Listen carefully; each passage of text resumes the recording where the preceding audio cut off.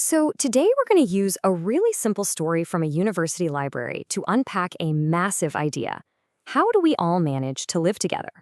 Turns out, it all comes down to this delicate dance between our individual rights and the rules that actually make society work. And yeah, that's the big question, right?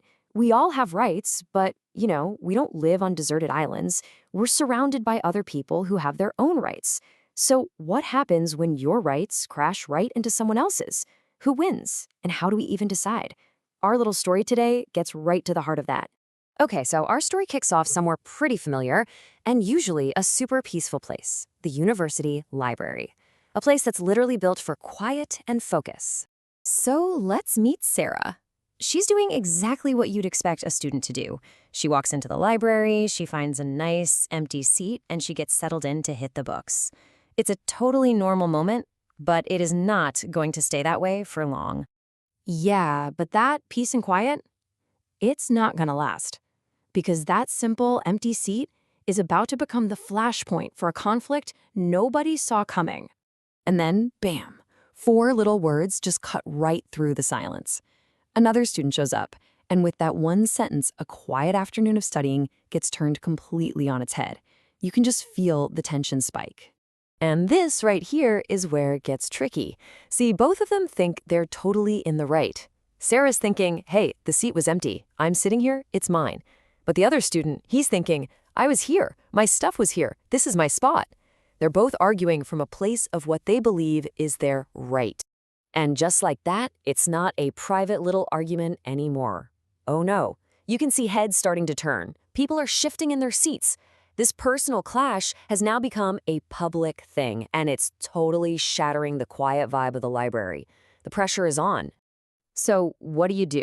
I mean, how do you solve a problem when two people's rights are smacking right into each other?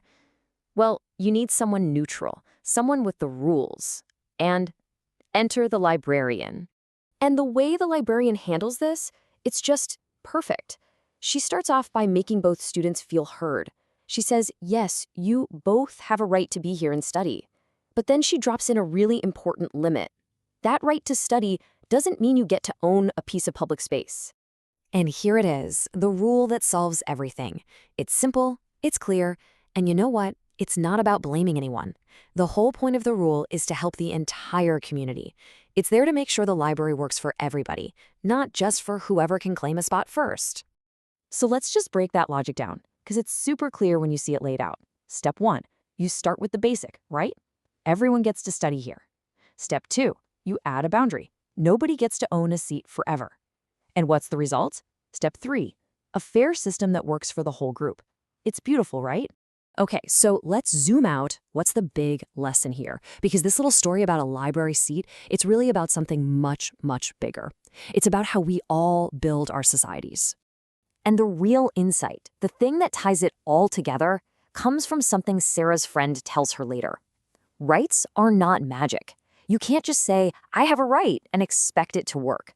For any right to actually mean something, it has to exist inside a framework of rules that we all agree on. And that brings us to this big idea, rights within rules. I mean, think about it. Your right to drive a car, it only works because we all agree on a rule, like stopping at red lights. Your right to free speech has limits, right? Like you can't just yell fire in a crowded theater. The rules don't take away our rights.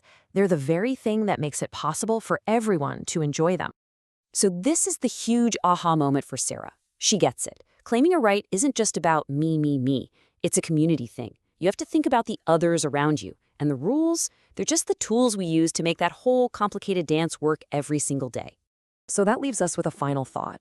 For you, once you start looking for this pattern, these rules that make our rights actually possible, you will see it absolutely everywhere.